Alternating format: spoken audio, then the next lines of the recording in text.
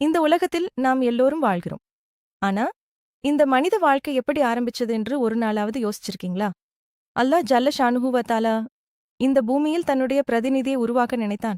அதற்காக முதலாவதாக மண்ணினால் படைக்கப்பட்டவர்தான் ஹஜ்ரத் ஆதம் நபி அலைஹிஸ்ஸலாம். அவர்கள்தான் உலகின் முதல் மனிதரும் முதல் நபியும் ஆவார்கள். அவர்களிலிருந்தேதான் இன்று உலகம் முழுவதும் இருக்கும் மனித இனமே பரவி வளர்ந்தது. இந்த உலகத்தில அல்லாஹ் வழிகாட்டுதல் இல்லாமல் யாரையும் விடவில்லை. நபிமார்கள் அனுப்பப்படாத இடமோ மொழியோ எதுவும் இல்லை. ஹஜ்ரத் ஆதம் நபி அலைஹி வஸல்லம் முதல் நபியாக இருந்தாலும் அவர்களைத் தொடர்ந்து சுமார் 1,24,000 நபிமார்களையும் ரசூல்மார்களையும் அல்லாஹ் இந்த உலகிற்கு அனுப்பி வைத்தான். ஒவ்வொரு மக்களுக்கும் அவர்களின் மொழியிலேயே சத்தியத்தை அறிவிக்க நபிமார்கள் வந்தார்கள். இந்த நபிமார்களின் தொடரின் இறுதியாக நபிமார்களின் முத்திரையாக அண்ணல் நபிகள் நாயகம் ஹஜ்ரத் முஹம்மது ஸல்லல்லாஹு அலைஹி வஸல்லம் அவர்களை அல்லாஹ் அனுப்பி வைத்தான். திருக்குரானில் அல்லாஹ் 25 நபிமார்களின் பெயர்களை மட்டும் கூறியுள்ளான். ஆனா உலகத்தின் ஒவ்வொரு மூலையிலும் ஒவ்வொரு காலத்திலும் மனிதர்களை நேர்வழிக்கு அழைக்க நபிமார்கள் வந்திருக்கார்கள். நாம் யாருடைய சந்ததி தெரியுமா? ஒரு சாதாரண மனிதன் இல்ல, அல்லாஹ்வால் நேரடியாக படைக்கப்பட்ட ஹஜ்ரத் ஆதம் நபி அலைஹி வஸல்லம் அவர்களின் சந்ததி. அதனால்தான் நம்ம வாழ்க்கைக்கும் ஒரு மதிப்பு இருக்கு.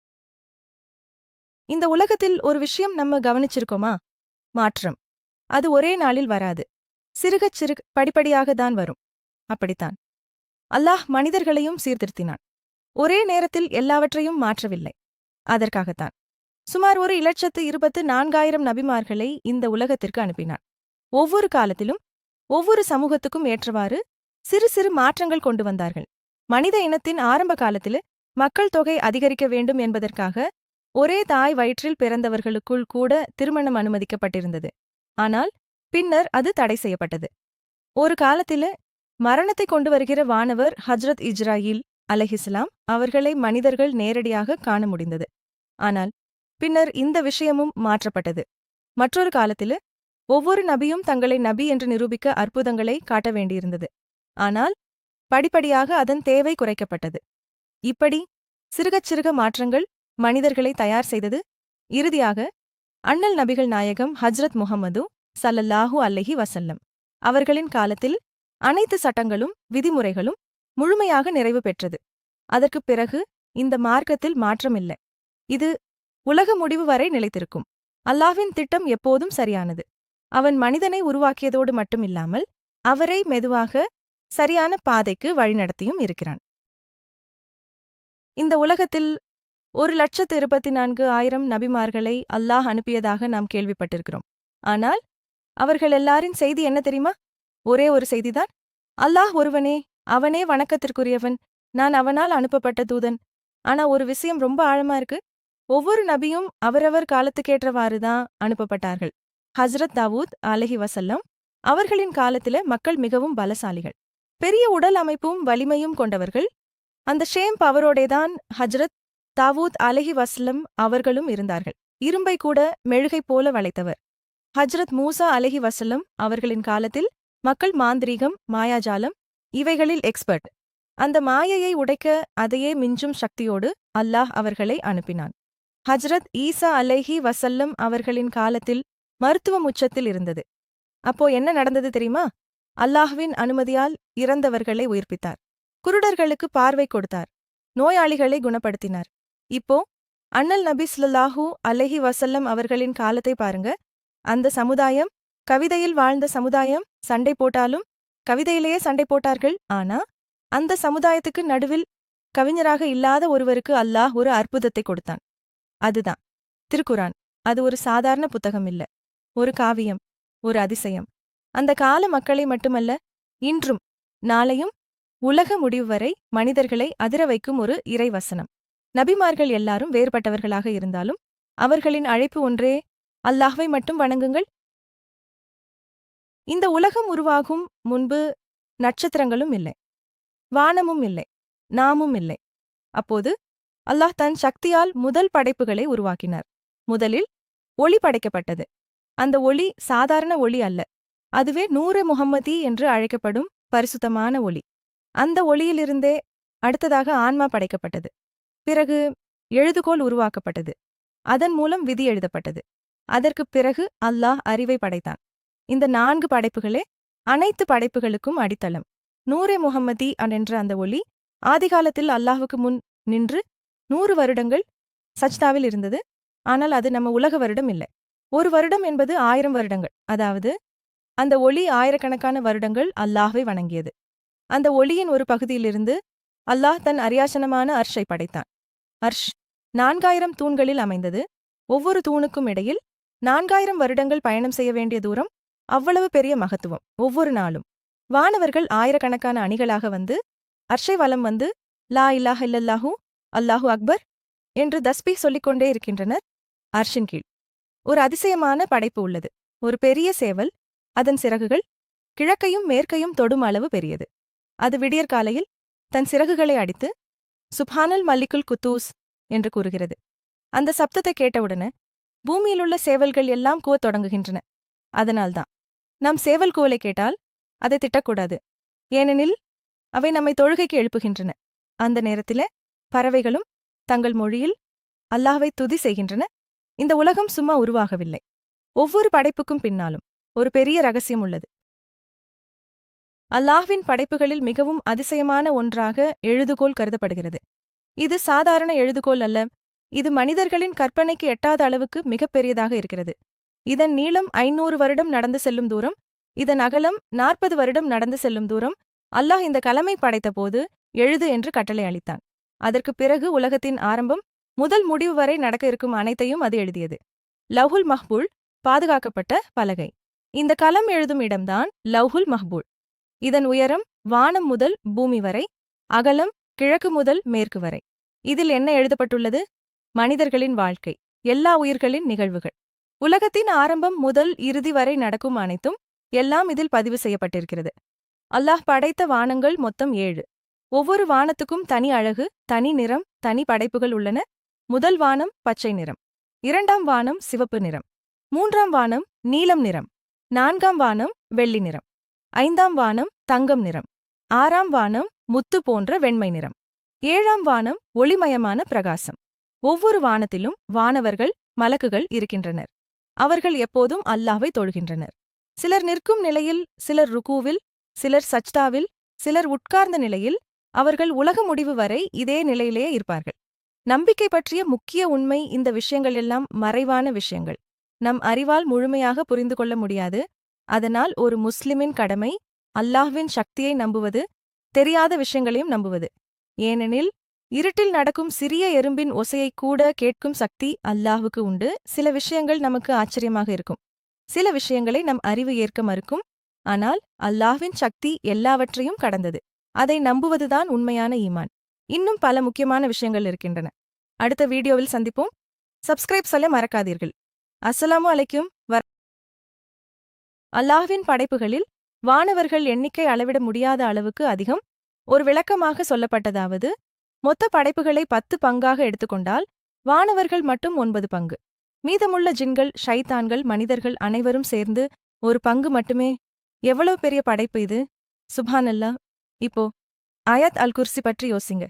இந்த ஒரு வசனம் குர்ஆனில் மிக உயர்ந்த வசனம். அது எவ்வளவு பெரியது தெரியுமா?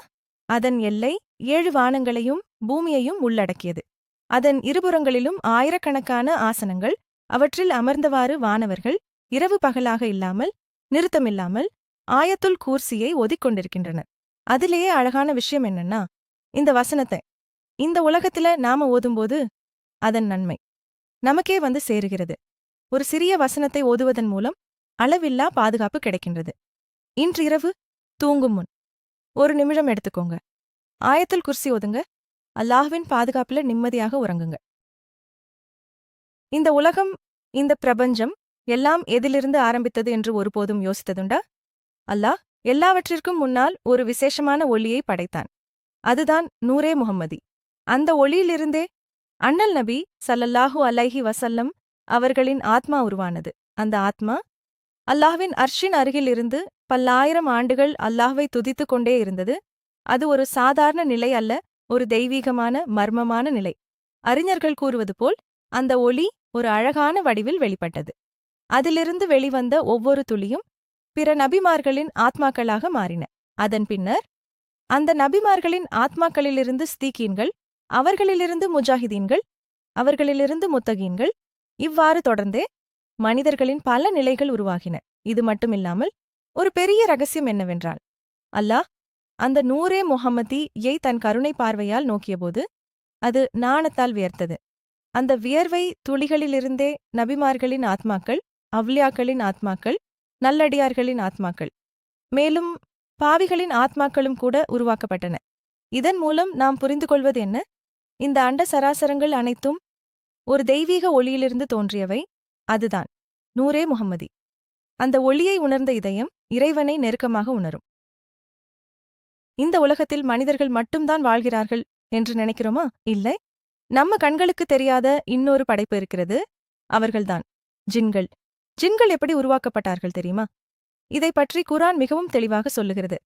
அல்லாஹ் மனிதனை மண்ணிலிருந்து படைத்தான், வானவர்களை ஒளியிலிருந்து படைத்தான், ஆனால் ஜின்களை புகையற்ற நெருப்பிலிருந்து படைத்தான். இது வெறும் கதையில்லை, இது உண்மை, இறைவனின் வார்த்தை. ஜின்கள் நம்மைப் போலவே சிந்திக்க முடியும். நல்லதை தேர்வு செய்யலாம், தீமையையும் தேர்வு செய்யலாம். ஜின்களில் கூட 2 வகைகள் இருக்கின்றன. இறைவனை நம்பும் முஸ்லிம் ஜின்கள், இறைவனை மறுக்கும் காவிர் ஜின்கள். இந்த ஜின்களில் ஒருவன்தான் மிகவும் புகழ்பெற்றவன், இப்லீஸ். ஒரு காலத்தில் அவன் மிகுந்த இறை பக்தி கொண்டவன். ஆனால் அகந்தை அவனை வீழ்த்தியது. அவன் அல்லாஹ்வின் கட்டளையை மறுத்தான். அதனால் அவன் ஷைத்தானாக மாறினான். அதிலிருந்து மனிதர்களை தவறான பாதைக்கு இழுத்துச் செல்ல அவன் முயற்சி செய்து கொண்டே இருக்கிறான். ஆனால் நினைவில் வைங்க, ஜின்கள் இருக்கிறார்கள், ஆனால் அவர்கள் நம்மை கட்டுப்படுத்த முடியாது. நம்ம இறைவனை நினைச்சால் அவர் பாதுகாப்பு நிச்சயம். காணாத உலகம் இருக்கிறது, ஆனால் பயப்பட வேண்டாம். இறைவனை நம்பினால் நீங்கள் பாதுகாப்பில் இருக்கிறீர்கள். ஒரு காலத்துல ஜின்களில் ஒருவனாக இருந்த இப்லீஸ் அஜாஜீல் என்ற பெயராலும் அறியப்பட்டான். அவன் சாதாரண ஜின் அல்ல, இறை வணக்கத்தில் முழுமையாக மூழ்கியவன். வானவர்களுடன் உறவாடி அவர்களைப் போலவே நல்லொழுக்கத்திலும் இறை தியானத்திலும் உயர்ந்தான். அவனுடைய பக்தியும் நற்குணங்களும் காரணமாக அவன் அந்தஸ்து படிப்படியாக உயர்ந்து முதல் வானத்திலிருந்து 2ஆம், 3ஆம், இப்படியே 7ஆம் வானம் வரை உயர்த்தப்பட்டான். அவன் உயர்வைக் கண்டு வானவர்களே அல்லாஹ்விடம் பரிந்துரை செய்தனர். அதன் பலனாக அவன் சுவர்க்கத்தில் வாழும் பெரும் அந்தஸ்தைப் பெற்றான். அர்ஷின் கீழ் சிவப்பு மரகத ஆசனத்தில் அமர்ந்தவன் தலையில் ஒளி வீசும் கிரீடத்துடன் பிரகாசித்தான். மேலும் வானவர்களுக்கே பாடம் போதிக்கும் உயர்ந்த பதவியையும் அடைந்தான். ஆனால் பூமியில் ஜின்கள் மீண்டும் தவறான பாதையில் சென்று இறை வணக்கத்தை மறந்து நிராகரிப்பில் மூழ்கினர். இதைக் கண்டு அவர்களை திருத்தும் பொறுப்பை இப்லீஸ் தானாக முன்வந்து ஏற்றுக்கொண்டான். அல்லாஹ்விடம் உதவி கேட்டான். வானவர்களின் துணையும் அவனுக்கு கிடைத்தது. முதலில் அனுப்பப்பட்ட தூதுவரை ஜின்கள் கடுமையாக துன்புறுத்தினர். பின்னர் பெரும் வானவர் படையுடன் இப்லீஸ் நடவடிக்கை எடுத்தான். அவர்கள் ஜின்களின் அநியாயங்களை அடக்கினர். சிலரே உயிர் தப்பினர். பூமி தீமையிலிருந்து சுத்தமடைந்தது. இந்த வெற்றியின் பின்னர் அல்லாஹ் இப்லீஸை பூமியின் பிரதிநிதியாக நியமித்தான். அது அவனுக்கு கிடைத்த மிகப்பெரிய மரியாதை. ஆனால் இந்த உயர்ந்த அந்தஸ்து அவனுடைய இதயத்தில் மெதுவாக ஒரு விஷத்தை விதைத்தது. அது ஆணவம். இந்த நிலைக்கு நான் தகுதியானவன், என்னைத் தவிர வேறு யாரும் இதைப் பெறக்கூடாது என்ற எண்ணம் அவன் உள்ளத்தில் உருவானது. அந்த இருமாப்பு நாளுக்கு நாள் அதிகரித்தது. ஒரு நாள் வானவர்கள் லவ்ஹே மஹ்பூல் மீது பார்த்தபோது, என்னுடைய மிக நெருக்கமான ஒரு அடியான் விரைவில் என் சாபத்திற்கும் அவமானமான நிலைக்கும் உட்படுவான் என்ற வாசகம் அவர்களை பதறச் செய்தது. நம்மில் யார் அந்த நிலைக்கு ஆளாகப் போகிறோம் என்று அவர்கள் பயத்தில் கலங்கினர். ஆனால் இப்லீஸோ அலட்சியமாக சிரித்தான். அது நம்மை பற்றியது அல்ல என்று கூறி கைகளை உயர்த்தி, யா அல்லாஹ், இந்த வானவர்களை உன் சாபத்திலிருந்து காப்பாற்றுவாயாக என்று துவா செய்தான். ஆனால் அவன் இதயத்தின் உள்ளே மறைந்திருந்த உண்மை என்ன தெரியுமா? என்னுடைய அந்தஸ்தை அல்லாஹ் ஒருபோதும் பறிக்க மாட்டான் என்ற அகந்தை.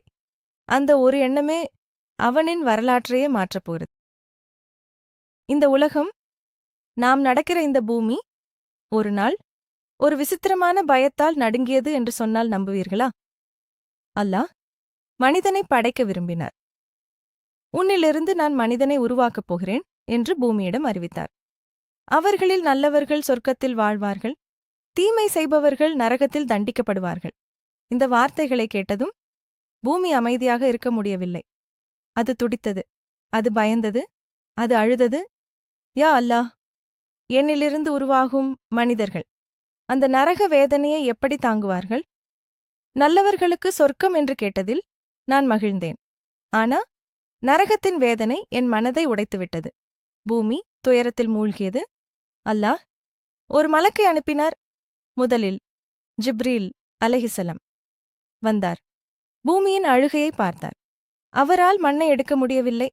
அவர் திரும்பிச் சென்றார். அடுத்து மீகாயில் அலைஹிஸ்ஸலாம், அவரும் அதேபோல் திரும்பினார்.